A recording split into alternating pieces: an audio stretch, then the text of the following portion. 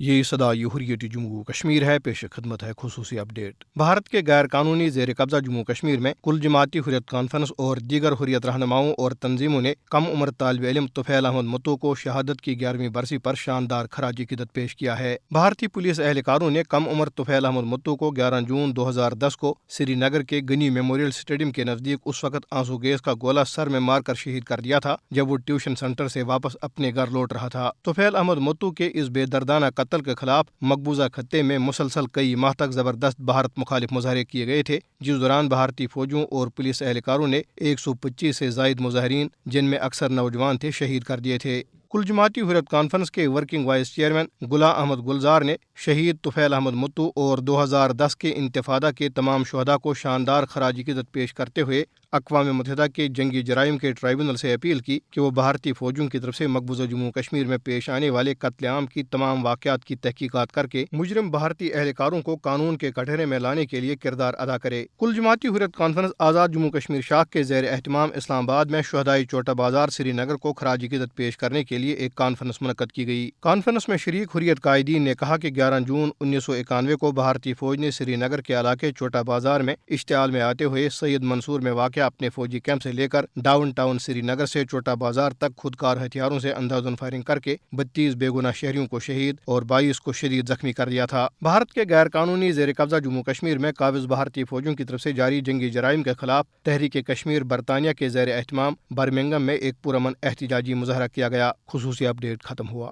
90 کی دہائی کی تاریخ جموں کشمیر کے عوام کے لیے قتل عام کے بہت سے واقعات سے رنگین ہے۔ ان میں سے ایک واقعہ 11 جون 1991 کو پیش آیا جب قابض افواج نے چھوٹا بازار سری نگر میں 30 نہتے کشمیریوں کو بے رحمی اور بے دردی سے قتل کر دیا۔ یہ خون ریزی آج بھی سری نگر اور وادی کشمیر کے لوگوں کے ذہنوں میں تازہ ہے، مگر ان زخموں کا المناک پہلو یہ ہے کہ قتل عام کے کسی بھی چھوٹے یا بڑے واقعے کی نہ تو غیر جانبدارانہ تحقیقات ہوئیں اور نہ ہی کسی قاتل کو اب تک سزا دی گئی۔ ٹھیک 19 سال بعد یعنی 11 جون 2010 کو سری نگر میں سفاکیت کی ایک اور تاریخ دہرائی گئی جب معصوم طفیل متو کو ٹیوشن پڑھنے کے بعد گھر جاتے ہوئے راستے میں شہید کر دیا گیا۔ 90 میں آنکھ کھولنے والی کشمیر کی نئی نسل نے دہشت، سفاکیت، خون ریزی اور قتل و غارت کے ماحول میں پرورش پائی۔ چنانچہ یہ نسل جو 2010 میں جوان ہوئی تو طفیل متو کے خون نے ان کے دلوں میں ظلم کے خلاف آگ کچھ اور بھڑکا دی۔ اس معصوم کی شہادت کے بعد بڑے پیمانے پر بھارت مخالف مظاہروں کا آغاز ہو گیا، جس کے جواب میں مظاہرین کو بار بار نشانہ بنایا گیا اور مجموعی طور پر 125 افراد شہید کیے گئے، جن میں اکثریت نوجوانوں کی تھی۔ چھوٹا بازار قتل عام ہو یا طفیل متو کی شہادت، یہ دراصل ایک سوچ کی عکاسی ہے جو بھارتی افواج کے لاشعور میں راسخ کر دی گئی ہے